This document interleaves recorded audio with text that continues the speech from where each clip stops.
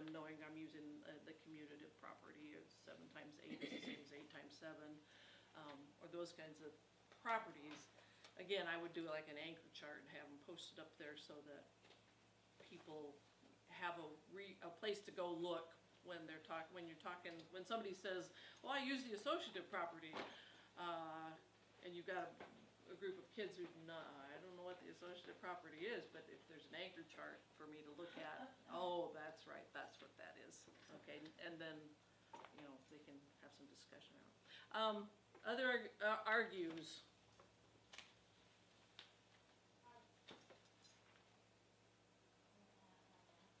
With the students I have this year, I disagree that you don't have to show them how to count. Sometimes that was mine too. I do. Oh, good, I'm not alone in that. So tell me more what you mean that you have to There's show them this one little how guy to count? He leaves out numbers, and he's totally unaware that he's leaving out a number. And it's very difficult. So like rote counting or counting objects or the both? counting of objects he did okay. I worked with him today with manipulatives. And there were times when he was doing the problem and it was like, I have 9 left. Okay, you've got 9. Try that again. Because he'd be making a trade when you're subtracting, you need to make a trade. And he'd give up all the ones that he already had and just get the 10 ones, and then it was not the same problem. And in just rote counting, when I was having him count down, he would skip. Well, those I think he does know how to count. kids, we assume an awful lot about counting with kids. We assume that they have it, and they need to count, and they need to count, and they need to count some more. Until you do counting collections, That's why then you know they don't. Yes, I know. and that's why counting collections is They're huge amazing. in K and 1, and even 2 should be doing counting collections about once a week. Younger, the K and the 1 should be doing it more frequently. What is that? A counting collection, you get a bag of stuff and you count it and you record your count. Oh. And we just finished, the kindergarten teacher sitting here, we just finished a book study with me called Young Children's Mathematics. It's the latest version from these same authors, but it's geared to just K and 1 and pre-K, K and 1. And in that book study, they talked so much about the importance of counting and how little we do. We need to do it more than we ever thought we needed to do. And the value in doing counting of actual objects. And one of the things they said was kids oftentimes can count actual objects and count farther than they can rote count, because they have those objects to move or touch. It's a different ball game than just rattling off numbers. They'll get, especially young kids, they'll get to a certain point and they've, Nines, all the 9s. Here comes Nick. 49. Yeah, and they may have trouble going over that. Or there was a video clip I showed the group, and it was like a little girl counting, I think there were 30 some objects in there, and she went 11, 12, 13, 14, 15, 16, 17, 11, 12, 13, 14, 15, 16, 17, 11, 12, 13, 14, I mean, over and over is just, so what that showed is she has she knows those numbers, and she knows that something happens every time that it goes on, and she had one-to-one correspondence, so she was pulling the pennies away as she was saying that same stretch of numbers all the time. So there's power in understanding what your kids understand about numbers and math. One of the ones I put down for arguing is the meeting curricular demands in the district. And people say, well, how do I do Turk, or soon to be probably Bridges or Eureka or whatever we're piloting? How do I do that and CGI at the same time? And there's whichever math program we end up going with, CGI fits well. It's not a change from whatever materials we end up adopting. So, but I wondered if other people were feeling that. How do we make it work? how is it gonna work with these new curricular demands plus our standards, and the standards are covered because they pretty much took the people who wrote Common Core took the problem types right out of CGI. So we're covered there. We don't need to worry about not meeting our standards. So I just see want- it kind of like balanced literacy. I mean, this creates balance, right, and balanced math. And so if we just stick with a program, we're going to miss pieces that we need to help build in our students. And it would just be like saying we're going to only teach this basal, but we're not going to have them do any sort of reading on their own, right? I mean, and to me, it seems very much the same as that. But- Yeah, it's a philosophy underlying whatever math program you teach. Yeah. And at the heart of it is understanding where your kids are, building on from there. And that sense-making should be at the heart of anything we do with kids. So in a nutshell, that's, for me, that's CGI. Kids come first wherever they are. I'm gonna learn where they are, I'm gonna build up from there. Instead of saying, you're the empty vessel and I'm going to fill you up. It's sort of turning that around and saying, they're already pretty full. It's my job to figure out how full they are and what I can add to it. And It's a good analogy. like really truly, sense making should be at the heart of everything we do. Aspire to, what do you aspire to from what you've read so far? To do exactly what you said, to teach the standard and get the others that aren't at standard at the same time, but to be doing both, without causing harm, without causing more confusion. So that's a big goal. What did I put? I'd like to become better at those questioning, drawing out, you know. I know some tricks, but, you know, sometimes because I'm new at it, it's not automatic, so. Yeah, definitely the questioning, so, because I tend to lead. I know. And it's how I would solve it, you know, and for those students that do the I don't know and I can't, then I tend to resort to that as opposed to trying to draw out what, like, one Yes. little kernel of what they think about. That wait time, that's. Yeah. What Like do it's you right understand? on there, Instead of so. saying, I don't get it, well, Mhm. what do you get? And Yeah. uncovering that first, because I like that. they do get some piece, Right, there's yeah, they something do. they understand.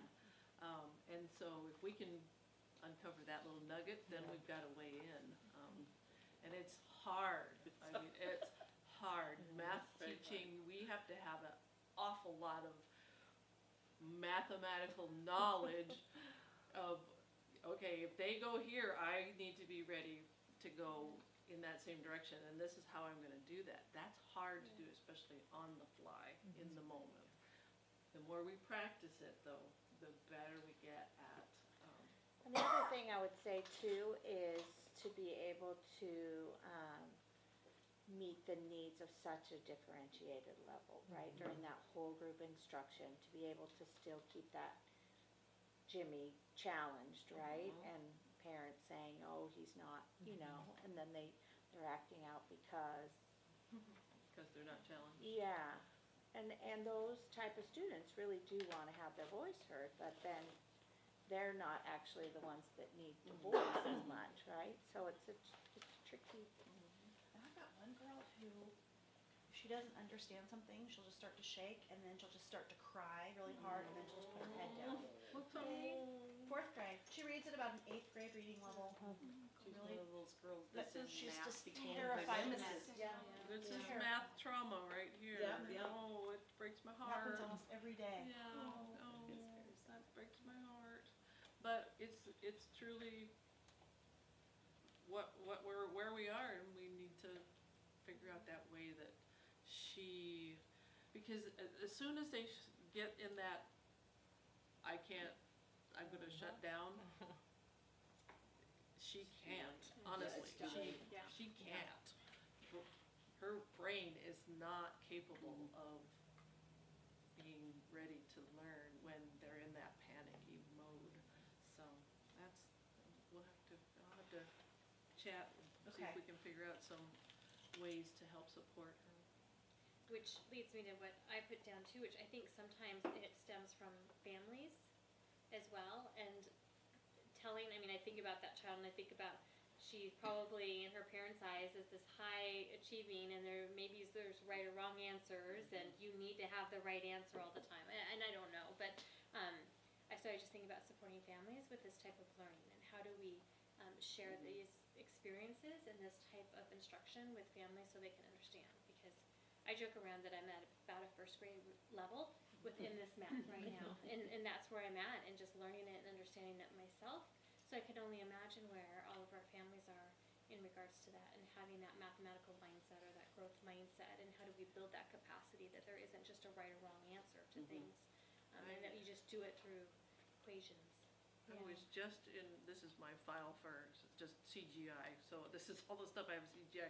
But I had just come across something in this file, I'll have to find it again now, but it was parent, there it is. Come on, open up. There's a lot of them that are just mad. I think that this new math is just Yeah. crazy, Yeah. Well, I've gotten some Kid. feedback. right? He came up to me in the middle of a lesson, and said, "My dad says I am not to learn. I'm not to do any Common Core math."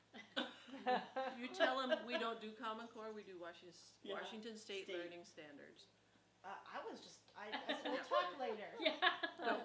Honestly, that's your comeback. We don't do Common Core in Washington, we do Well, I found Washington out. State Learning Standards. They are identical to Common Core, but they don't need to know that. Change the name.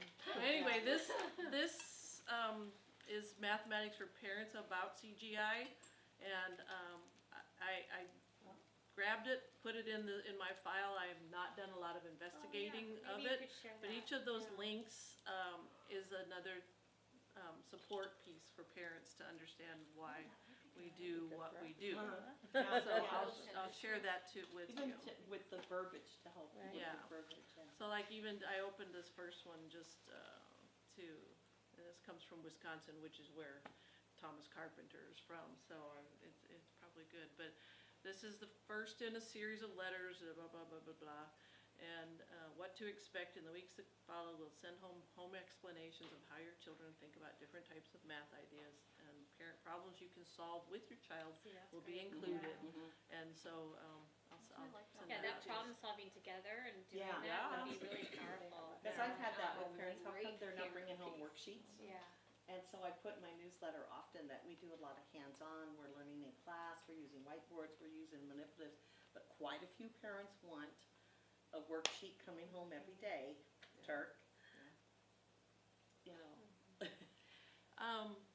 Yeah, so when, if I send these, I don't know what the problems are like that are in those other later newsletters from this Math for Parents, but I'll investigate, and if it looks like it's worthwhile, it probably is. I'll feel free to send those home, but, oftentimes I think you can send home, whatever problem you worked on in class, you could send home one that's very similar to it, and have that as their homework. Or Yeah. the same problem, but give them different numbers to use Yeah. to solve it, so. Other things you aspire to. I want to learn how, kids are struggling, and I've had you work with a couple of my students to kind of find out what their deficiencies are. I want to be better at doing that on my own. Good. I like that. Yeah, well, the book study will help support that for you, and I will help support that as well, because it's awesome to be able to understand where your kids are, and you can, through this, under the book, go, oh, they're a direct modeler, I need to support them to move towards accounting strategy, and how can I do that? Oh, there's some ideas here in the book I can use to help support that. It's not It's different than, everybody today, we are going to learn this procedure, and we're going to all apply it now for 30 math problems. It's more like, oh, I've got a direct modeler here. It's really not very efficient in 6th grade to be directly modeling 842 times 779 with cubes. So how can I support this child to move to a more efficient strategy? I've got a student who will flip over her sheet and there'll be like tick marks. Make all tally over marks the all back. over. And I'm like, I wonder if there's a more efficient way of doing it. This is what I do. And I'm like, okay. And I'm really, kinda like, that's okay. yeah, I'm That's like, where well, if they you wanna are, and that spend 20 makes minutes on sense. it. It's just not very efficient. right. And so it's, by providing those problems to that student and then having somebody else do it in a more efficient way, Yeah. and that's your debrief. I want this child to be able to see this child's strategy and see where the connection is between her directly modeling with the tally marks and his strategy that's a counting strategy or a derived fact or whatever. Because it's through the debriefing of the problems that kids actually grow and become more efficient and understand deeper. Yeah, and just working to create that culture where students will help each other, and not feel like they got it wrong, so they have to shame themselves. Because it's so much more powerful if I can have a student show another student than even me. You know what I mean? Absolutely. Absolutely. I've seen it so many times, and I'm like, wow, that's amazing. I just said that. Yeah.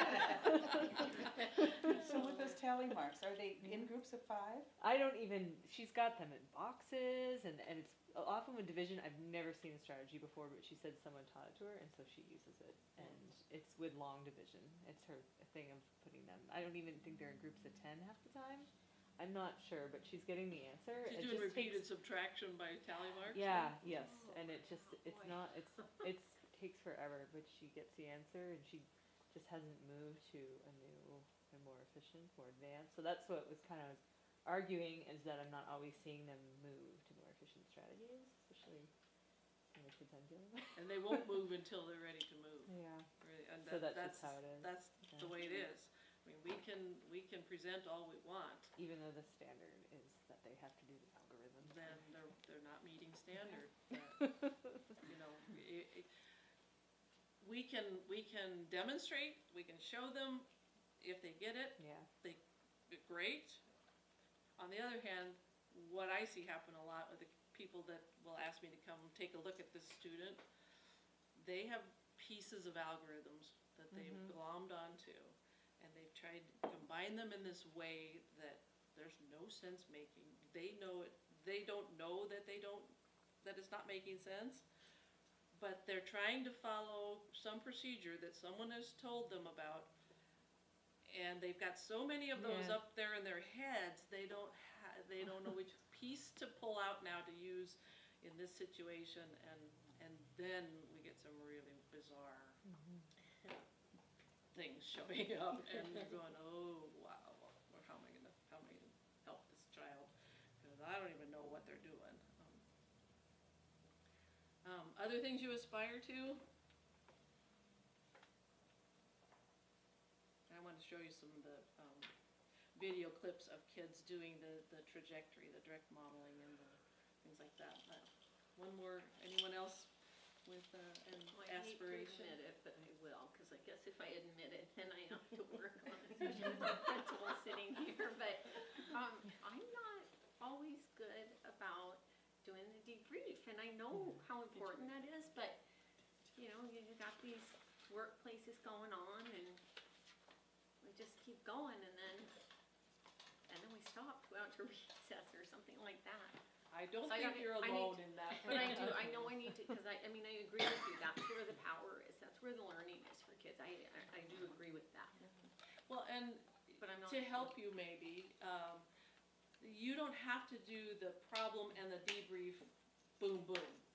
You can do the problem and then the debrief sometimes can even happen the next day. You can refresh their memory about what you did, what they did, and that was, you don't, it doesn't, well, with kindergarten, maybe I you do, think it is better. but, I think I need to just it'd be better off then in that case to shorten up the work time and Right. devote more time to the debrief. It's like first grade, I know, Janae Nelson over at Mary Purcell, she does like problems on Monday, debriefs it on Tuesday. Problem on Wednesday, debriefs it on Thursday. And they just have this, that works for her and with her kids, it's an established routine.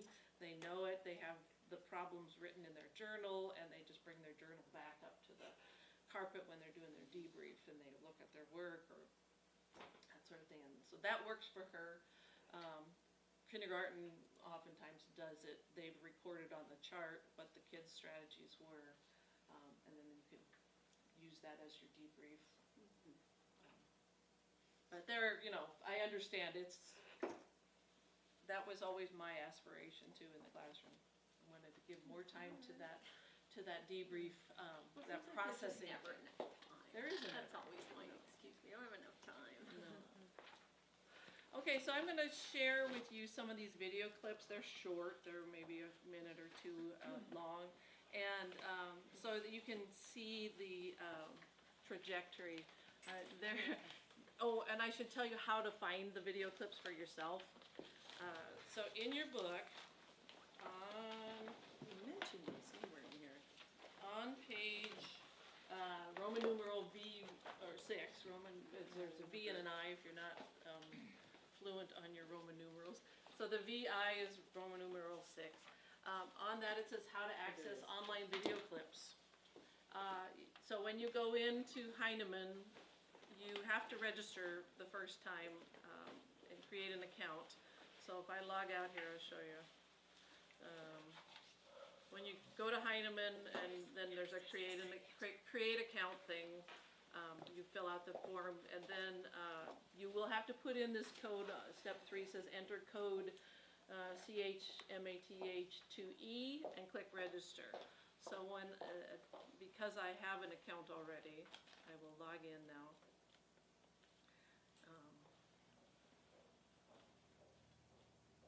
If you have the QR reader on your phone, you don't have to. You can do it through by running your, hitting your QR codes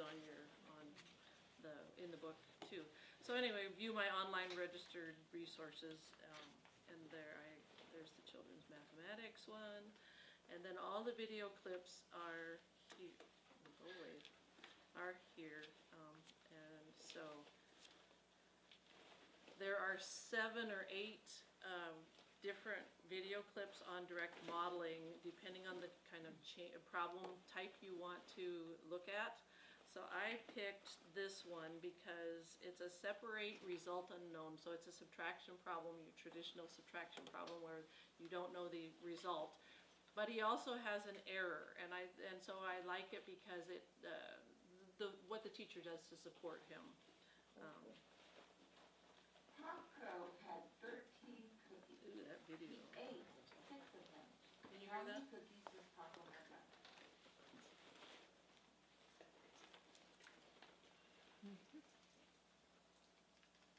Well, write down the numbers to the first.